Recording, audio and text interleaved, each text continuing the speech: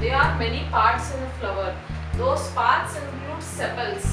The outer covering of any flower is known as sepal and the inner parts are known as the petals.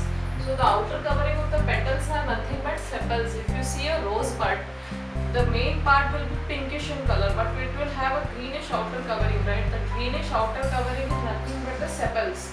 And then there is a ovary here. Ovary is known as the female reproductive part of the flower. And then we have petals, and then we have anthers as well as stamens. These are the male reproductive parts of the plant. Ovary is the female reproductive part, and anthers and stamens constitute for the male reproductive part of the plant. So the flower is known as the reproductive part of the plant, and parts of the flower we will see first about sepal. Sepal is the outer leafy greenish structure of a flower. So as I told you, we commonly see rose flower. Rose flower will have some outer greenish covering. Those are nothing but sepals. Petals make the first hole of a flower. So sepal forms the outer leafy greenish structure in a flower. So if we see a rose bud or a rose flower, we can easily make out the sepals and the petals. And petals makes the first hole of a flower. Hole is nothing but the first layer of a flower. So petals constitute the first hole of a flower. So on the outer covering of the petal is called calyx. So petals make the first hole on the flower. Hole is nothing but the outer covering. Then hole is called the calyx. This hole is known as the calyx. So petal make the first hole of the flower, outer layer called calyx. And calyx protects the flowers at the bud stage. So this calyx protects the flowers at the bud stage. So imagine a rose flower bud.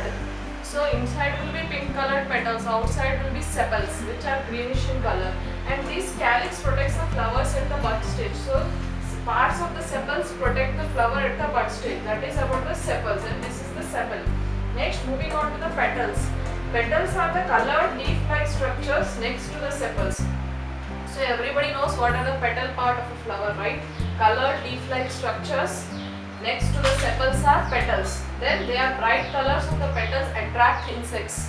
So usually the petals are very dark and bright in color and they attract insects. So insects thereby do the pollination process. So insects helps the plants in reproduction by the pollination process. So hole formed by petals is called corolla. Here hole of a flower was called calyx and here the hole is called corolla. So the outer layer of the petals is called corolla. So these petals attract insects. Insects help in pollination. So that is the reason it helps the plant in reproduction. Next, moving on to the stamens. So now you have understood these are the petals. Inside the petals we have long tube-like structures called stamens. Around the center of the flower there are many stalk-like structures. Stalk are nothing but straight line-like structures. So with swollen tops called stamens. So around the center of a flower there are long stalk-like structures called stamens. They are little bit swollen. They have swollen heads on them known as anthers.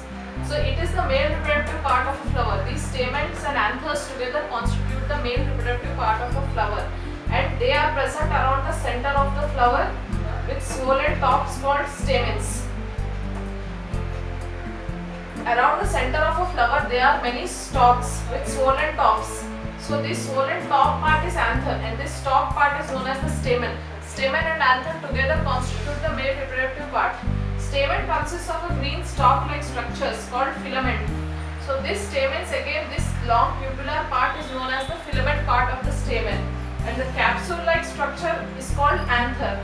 So this capsule-like structure, capsule means the tablets which we eat for any disease. They come in the form of tablet and capsule, right? So what you have to understand about stamen here is stamens constitute the male reproductive part of a flower. Structures here on these parts. So these parts, when insects come and sit on them, the small pollen grains get attached to the insect body. And when insect goes and sits onto the other flower, these pollen grains will contact the other flower. Thereby reproduction occurs and a new flower or a new fruit will form. So that is how stamen consists of filament and then anther, and anther has pollen grains which help in the reproduction. The last part of the flower is known as the pistil. So when we take only the ovary and this styly part, then it is called the pistil. So female part of the flower. This pistil is the female part of the flower. It contains everything: ovary, style, and the stigma. This outer part, this is the stigma. This is the more brief about this ovary part, this middle part of the flower. So this is the only the ovary, stigma, and style together constitute the pistil, and this is the female reproductive part of the flower. So flask-shaped structure at the middle of the flower. So it is usually a flask. Flask is what where in which we carry hot or cold substances, right? Mostly tea or coffee are kept in the flask to keep them hot for a longer time. So this pistil is a flask-shaped structure. It is a female reproductive part of the flower, and it is divided into three parts. It is present in the middle, and it is flask-shaped and divided into three parts. What are the three parts? Stigma, style, and ovary. This is the ovary, right? So ovary, style, and stigma constitute the three parts of the pistil, and ovary is the lower broad portion. Ovary is the lower broad portion of the pistil is called ovary. The lower broader portion of the pistil is called ovary, and ovary contains the ovules. These are small dots, bead-like ovules which help in the process of reproduction. They take part in the reproduction process. In future classes you will learn how this reproduction occurs, but as of now, if you know this much, that is enough. That ovary contains ovules, which are small bead-like structures which help in the reproduction process. When you cut a transverse section of ovary, suppose you take a plant, a flower, and then cut it with a plate and observe under a microscope, you can see all these structures clearly. Now coming to style. Style is the narrow middle part of the pistil. So style is nothing but this middle part. This middle part is known as the style. And what is stigma? Sticky end at the top of the style is stigma. So this top part is the stigma. So all these together constitutes the pistil, which is the female reproductive part. What was the male reproductive part? Anther and stamen together constituted the male reproductive part.